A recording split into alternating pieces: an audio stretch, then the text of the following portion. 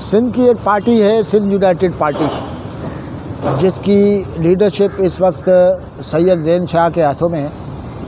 और वो लोग जो सिंध यूनाइटेड पार्टी को नहीं जानते या उनके तफसील का नहीं पता, उनके साथ मैं ये बात ज़रूर शेयर करूं कि ज़ैन शाह GM सैयद साहब के पोते हैं और ये पार्टी सिंध के अंदर एक बड़े अरसे से पॉलिटिक्स कर रही है।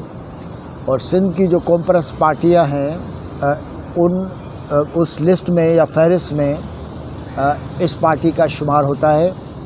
काफ़ी वायबल किस्म की और काफ़ी वाइब्रेंट किस्म की पार्टी है।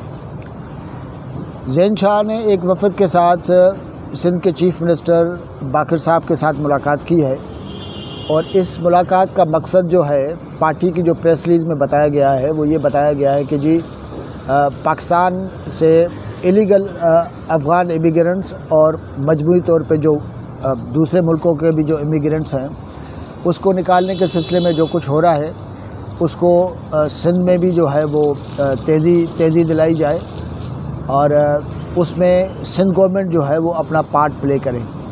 और इस प्रेस रिलीज़ के मुताबिक चीफ़ मिनिस्टर साहब ने यकीन दहानी कराई है कि ये जो प्रोसेस है इसमें ज़ाहिर है कि सिंध भी इन्वॉल्व है। ये जो एफ़र्ट है सिंध की किसी कॉम्प्रेस पार्टी की तरफ से पहली दफ़ा हुई है और इसको एक तो अप्रिशिएट करने की बात है। दूसरी बात ये है कि सिर्फ चीफ़ मिनिस्टर जो है वो उससे मुलाकात करना या इस वक्त की जो हुकूमत है उसके साथ इस सिलसिले में कांटेक्ट में रहना और उसके ऊपर जो है वो एक स्ट्रेस देना या उसके ऊपर प्रेशर एग्जर्ट करना, ये जो जनरल स्ट्रेटजी है सिंध से इलीगल इमिग्रेंट्स को निकालने की, उसका सिर्फ एक हिस्सा है।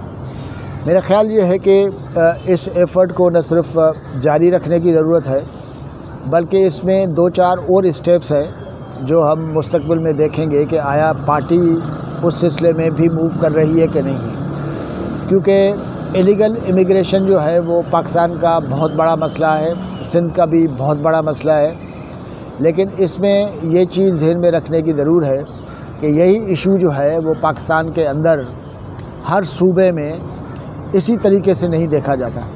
मिसाल के तौर पे बलूचिस्तान और KP जो है, उसमें अफ़गान मुहाजिरीन जो है उनके आने और उनको वापस भेजने के सिलसिले में मुख्तलिफ़ किस्म का मौक़िफ़ है। मज़हबी पार्टियाँ इसको डिफरेंट अंदाज में देख रही होती हैं और इवन पाकिस्तान की जो रियासती या हुकूमती पॉलिसी है वो भी ये देखती है कि ये डिसीशन इस टाइम में पाकिस्तान का जो रियासत का जो इंटरेस्ट है उसको कितना सर्व करती है। तो इसलिए SUP ने अगर ये स्टार्ट किया है तो इसमें एक बात बड़ी इम्पॉर्टेंट है कि इस पे जो पॉलिटिकल स्ट्रगल है उसका साइड भी जारी रखने की ज़रूरत है। और पॉलिटिकल स्ट्रगल में बड़े पैमाने पे जो इंफॉर्मेशन जो है उसकी शेयरिंग है, उसमें सेमिनार्स हैं, उसमें मुज़ाहरे हैं, सारा सब कुछ शामिल है। एक तो उसको भूलने की ज़रूरत नहीं है।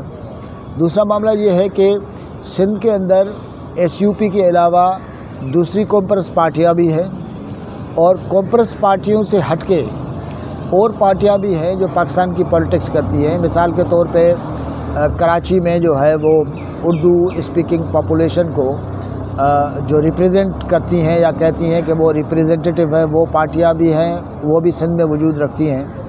तो इन पार्टियों के साथ भी इंगेज करना बड़ा इम्पॉर्टेंट हो जाता है, क्योंकि अगर आप सिंध की बात करते हैं तो सिंध को इसको इंटायरिटी में देखने की ज़रूरत है और वहाँ पे इस टाइप की पूरी एफ़र्ट जो है वो न सिर्फ ज़बानी तौर पे बल्कि अमली तौर पे भी इस तरह रिफ़्लेक्ट हो कि ये मसला जो है हम पूरे सिंध के अंदर देखते हैं और पूरे सिंध से इस मसले का ख़ात्मा चाहते हैं। तो इस तरह SUP को मेरे ख़्याल में और पार्टी से भी जो है वो इंगेज करने की ज़रूरत है। साथ साथ जिस तरह मैं पहले कह रहा था कि जी बलूचिस्तान और KP वाले लोग जो हैं इसको डिफरेंट अंदाज में देखते हैं। मिसाल के तौर पे बलूचिस्तान के अंदर बलूचों के लिए बहुत बड़ा मसला है, लेकिन पठान जो है वो ज़रा डिफरेंट उनका एंगल है। तो SUP को ये एक एडवांटेज है कि वो पंजाब, बलूचिस्तान और KP की जो लीडरशिप है उनके साथ इंगेज करे और इस मामले पे पाकिस्तान लेवल पे एक पॉलिटिकल डिबेट जो है वो स्टार्ट करे। इसमें यकीनन जो है वो रिसोर्सेज दरकार है और बहुत बड़ी प्लानिंग दरकार है। लेकिन अगर एसयूपी इस इशू में लीड करना चाहती है तो ये इस मसले के जो 3-4 फ्रंट्स जो मैंने आपके साथ शेयर किए, उस पूरे प्रोसेस को इनिशिएट करने की ज़रूरत है। और मेरा ये ख़्याल है कि एसयूपी की लीडरशिप में या इस पार्टी में बहुत सारे सीनियर लोग हैं जिनकी सारी ज़िंदगी नेशनलिस्ट या सिंध की पॉलिटिक्स के लिए गुजरी है। वो इसकी तरफ ध्यान भी देंगे और इस प्रोसेस को एक जामे और कंप्लीट प्रोसेस के तौर पे लेंगे।